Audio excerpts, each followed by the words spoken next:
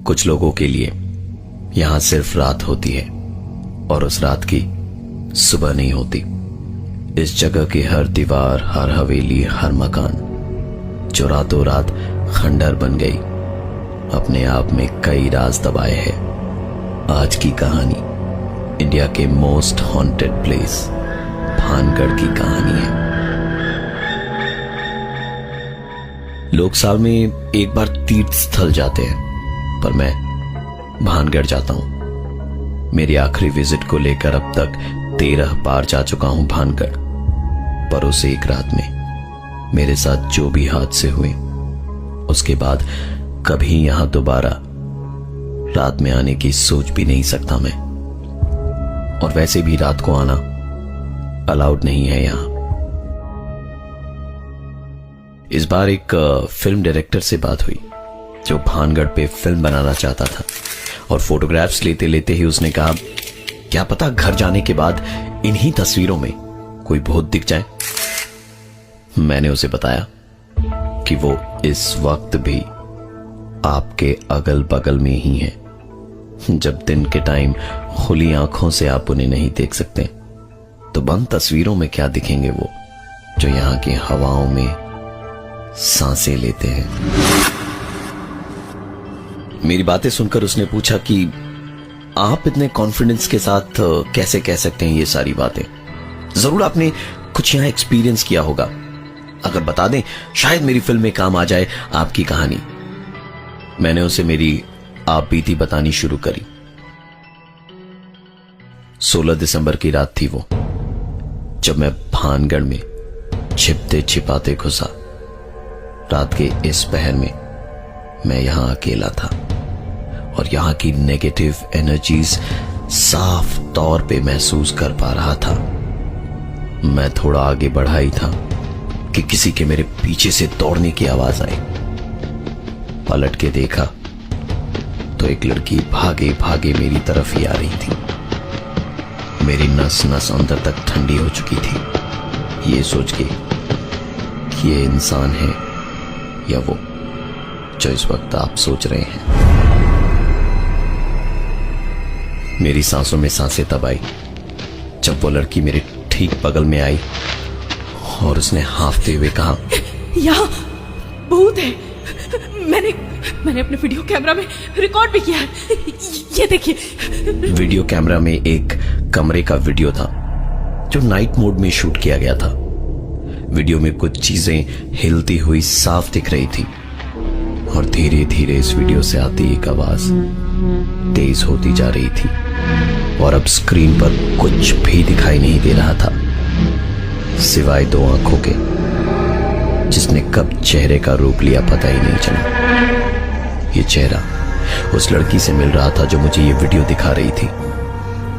मैंने जब अपने बगल में देखा तो वहां कोई लड़की नहीं थी और मेरे हाथों में उसका दिया हुआ वीडियो कैमरा अभी भी था और किसी की सांसों की आवाज मैं मेरे बगल में ठीक सुन पा रहा था।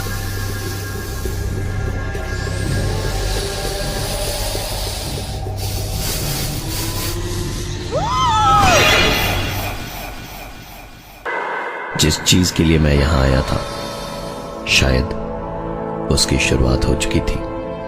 मैंने वहां से सरपट दौड़ लगाई और जान मेरी गले में अटकी हुई थी क्योंकि कोई ठीक मेरे साथ साथ दौड़ रहा था। जब और नहीं हुआ तो मैं रुककर हांफने लगा।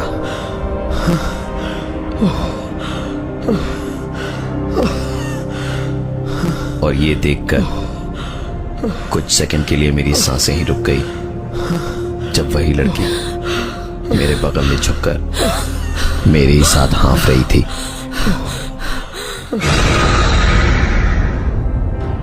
मैं चीखते हुए आगे की ओर भागा।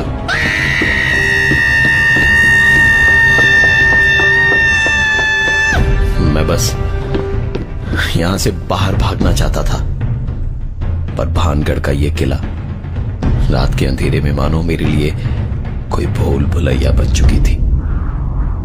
ठंड धीरे धीरे बढ़ती जा रही थी। भानगढ़ के चारों तरफ पहाड़ ही पहाड़ है इसलिए यहां हवाएं एक अजीब सा शोर मचाती हैं जो किसी को भी डरा दे। मैंने एक कोना पकड़ा और चुपचाप वहां बैठकर अब बस सुबह होने का इंतजार कर रहा था। मेरी आंखों के सामने मैंने देखा कि एक लड़की दौड़ती हुई सामने के कमरे से निकली और खिड़की के पास जाकर उसने वहां से छलांग लगा दी। न जाने क्यों मैं दौड़ता हुआ उस खिड़की के पास गया। मुझे नहीं जाना चाहिए था, मैं नहीं जाना चाहता था, पर फिर भी मैं वहां गया। खिड़की से नीचे झांक कर देखा तो वहां कोई लाश नहीं थी। मैं वापस जाकर अपनी जगह पर बैठना चाहता था, पर मेरे कदम वहां से हिल नहीं पा रहे थे और खिड़की से बाहर लगातार एक ही आवाज आ रही थी।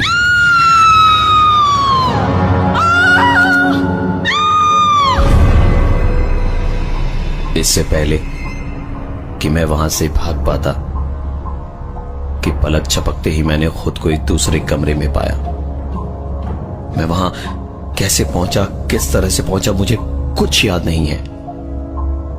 कमरे में अंधेरा था, लेकिन तकरीबन 15-20 सेकंड में चीजें हल्की हल्की दिखने लगी। सच कहते हैं लोग, यहां टेम्परेचर यूं चुटकियों में बदलता है।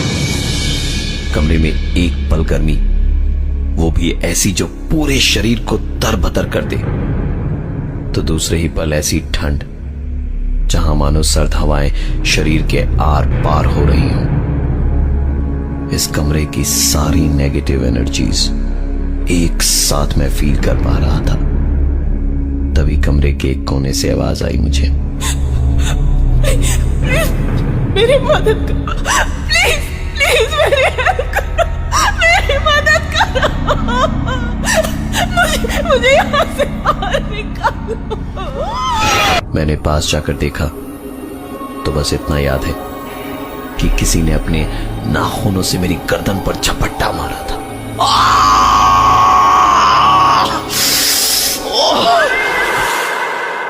वो जख्म इतने गहरे हैं कि उसके निशान आज भी मौजूद हैं। मैंने किसी तरह खुद को संभाला और वहां से भागने लगा। इस बार मैं अकेला नहीं भागा, मेरे पीछे पीछे कोई और भी भाग रहा था। पलटकर देखने की मेरी हिम्मत नहीं थी। बस दौड़ते दौड़ते ही मेरे कदम लड़खड़ाए और मैं गिर पड़ा। सर पे बहुत जोर की चोट आई थी मेरे, और मैं शायद वहीं बेहोश हो गया। अपनी बोझल होती आंखों के सामने मैं कई चेहरों को देख पा रहा था जो मुझे घूर रहे थे, और जब आंख खुली तो चारों तरफ घनघोर बारिश हो रही थी और मैं इस बारिश में इस किले की छत पर था। शायद मैं नींद में ही चल रहा था, क्योंकि मेरा एक कदम आगे बढ़ता और मैं सीधा इस किले से नीचे होता। कोई था जिसने मुझे मेरी नींद से जगाकर मेरी जान बचाई थी। ये थी मेरी कहानी जो उस रात मेरे साथ हुई थी। उसके बाद से मैं हर साल भानगढ़ आता हूं, पर बस दिन में वो चेहरे आज भी मेरे सपनों में मुझे दिखाई देते हैं। मेरी पूरी बातें सुनने के बाद फिल्म डायरेक्टर ने कहा, कमाल का एक्सपीरियंस रहा है आपका। सच बताऊं, इन सीन्स को ना शूट करने में बड़ा मजा आएगा, पर कुछ लूप होल्स हैं जो मैं मेरी कहानी में भरकर इसे कंप्लीट कर दूंगा। मैंने पूछा कि आपके कहने का मतलब क्या है, तो मेरा सवाल सुनकर फिल्म डायरेक्टर ने कहा, देखिए आपकी कहानी की शुरुआत से शुरू करते हैं। आप भानगढ़ में घुसते हो और एक लड़की आपके पास दौड़ती हुई आती है, कहती है कि यहां भूत है, और आपको एक वीडियो भी दिखाती है। मैं अपनी फिल्म में दिखाऊंगा कि आपके यहां आने से 1-2 दिन पहले, यानी कि 14 दिसंबर की रात, वो भी यहां आई थी भानगढ़ की कहानियों की सच्चाई जानने। उसने जो वीडियो दिखाया वो उसने सच में लिया था, लेकिन उस वीडियो को लेने के तुरंत बाद वो लड़की खुद भानगढ़ का हिस्सा बन गई थी। आपने दौड़ते दौड़ते देखा कि एक खिड़की तक एक लड़की भागते हुए आई और खिड़की से कूद गई। मेरी पिक्चर में यह सीन मैं फ्लैशबैक में दिखाऊंगा, जब भानगढ़ के इस किले पर मुगल्स ने हमला किया था। मुगल्स के हाथों से मरने से ज्यादा अच्छा होता कि लोग खुद की जान दे दें, इसलिए उस लड़की ने इस खिड़की से कूदकर अपनी जान दे दी और उसी की आत्मा यहां भटकती है जो आपने उस रात देखी। मैं मेरी फिल्म में दिखाऊंगा कि उस लड़की को खिड़की से कूदते हुए देखकर आप उस खिड़की के पास गए और तभी किसी ने पीछे से आपकी गर्दन को पकड़ा और घसीटते हुए उस कमरे में ले गया जहां से वो लड़की दौड़कर बाहर आई थी। तुम चाह कर भी अपनी गर्दन पीछे नहीं घुमा पाओगे, बस चिल्लाओगे, मुझे छोड़ दो, मुझे छोड़ दो, मुझे जाना है, मैं यहां नहीं रह सकता, मुझे छोड़ दो, कौन हो तुम, मुझे छोड़ दो प्लीज, मुझे छोड़ दो। आपने बताया था कि कमरे में आपको एक आवाज सुनाई दी थी। प्लीज मेरी मदद करो, प्लीज प्लीज मेरी हेल्प करो, मेरी मदद करो, मुझे यहां से बाहर निकालो। मेरी पिक्चर में भी मैं ये सीन दिखाऊंगा, लेकिन पिक्चर में थोड़ा अलग रहेगा। ये आवाज सुनकर तुम उस आवाज के थोड़ा नजदीक जाओगे और मेरी पिक्चर में अब तक ये आवाज थोड़ी बदल चुकी होगी।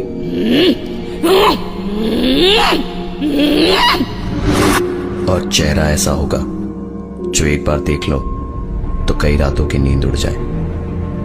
वहां तुम्हें एक औरत दिखाई देगी जो तुम्हें मुगल समझकर अपनी जान बचाने के लिए तुम पर झपट्टा मारेगी।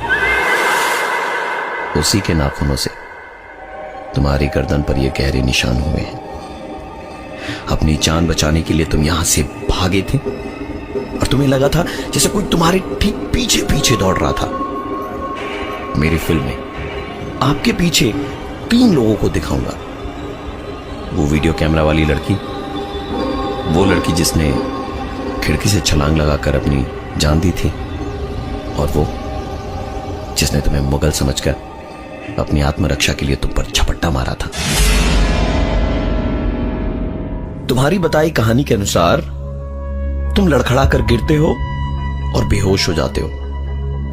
मैं इस सीन में तुम्हारी बोझल होती हुई आंखों के सामने 3 चेहरे दिखाऊंगा। कौन से 3 चेहरे बताने की जरूरत नहीं है। और उसके बाद दिखाऊंगा कि तुम्हें घसीटते हुए कोई छत पर ले जा रहा है। कौन ले जा रहा है ये नहीं दिखाऊंगा। Let there be some suspense. Cut to next scene. तुम्हारी आंख खुलती है तो तुम जैसे नींद से जागे हो और एक कदम भी आगे बढ़ाते तो मौत की गोद में होते। मैं मेरी पिक्चर में दिखाऊंगा कि इस सीन में कोई तुम्हें सामने से पीछे की तरफ धक्का देता है। तुम जाकर वापस छत पर गिरोगे और वहां से भागते भागते इस बार तुम्हें बाहर का रास्ता मिलेगा और तुम भानगढ़ के एंट्रेंस पर जो मंदिर है वापस वहां पहुंचोगे। बस यही एक कारण होगा जो तुम्हारी जान बचाएगा। मेरे चेहरे की हवाइयां उड़ चुकी थी। मैंने पूछा कि पर आपको कैसे पता चला कि मेरे साथ भी उस रात यही हुआ था कि किसी ने मुझे छत पर सामने से धक्का दिया था और मैं भागते हुए मंदिर तक पहुंचा था। ये आपको कैसे मालूम? पहले ये बताओ कि तुम्हें मेरी स्टोरी पसंद आई या नहीं। आप स्टोरी का छोड़िए, आप मुझे ये बताइए कि आपको ये सब कैसे मालूम? अरे पहले बताओ तो सही कि तुम्हें कहानी पसंद आई या नहीं। मुझे बहुत अच्छी लगी आपकी कहानी, लेकिन आप मुझे बस इतना बताइए कि ये सब आपको कैसे मालूम? तुमने कहा था ना कि जो दिन के टाइम खुली आंखों से आप यहां नहीं देख सकते, उन्हें बंद तस्वीरों में कैसे देखोगे? तो मैं तुम्हें सिर्फ यही बताने आया था कि वो खुली आंखों से भी यहां दिखाई देते हैं। इस फिल्म डायरेक्टर की बातें सुनकर मैं हैरत में था, और इससे पहले कि मैं अपना कोई सवाल उनसे पूछ पाता, किसी ने मेरे कंधे पर हाथ रखा। पलटा तो वहां का कोई चौकीदार था। उसने कहा, अरे मालिक चलिए, दरवाजा बंद करने का टाइम हो गया है। उसकी बातें सुनने के बाद मैं वापस जैसे ही सामने की ओर पलटा, वो फिल्म डायरेक्टर वहां नहीं था इस वक्त। अब मुझे यकीन हो चला था कि यहां दिन के उजाले में भी वो दिखाई देते हैं, क्योंकि उसने मेरी कहानियों में जो जो कड़ियां जोड़ी थी, दरअसल उस रात वही वही घटनाएं मेरे साथ हुई थी। बस मैंने इनको विस्तार से बताया नहीं था। मालूम है ना, शाम 5 बजे के बाद यहां किसी को घुसने नहीं दिया जाता।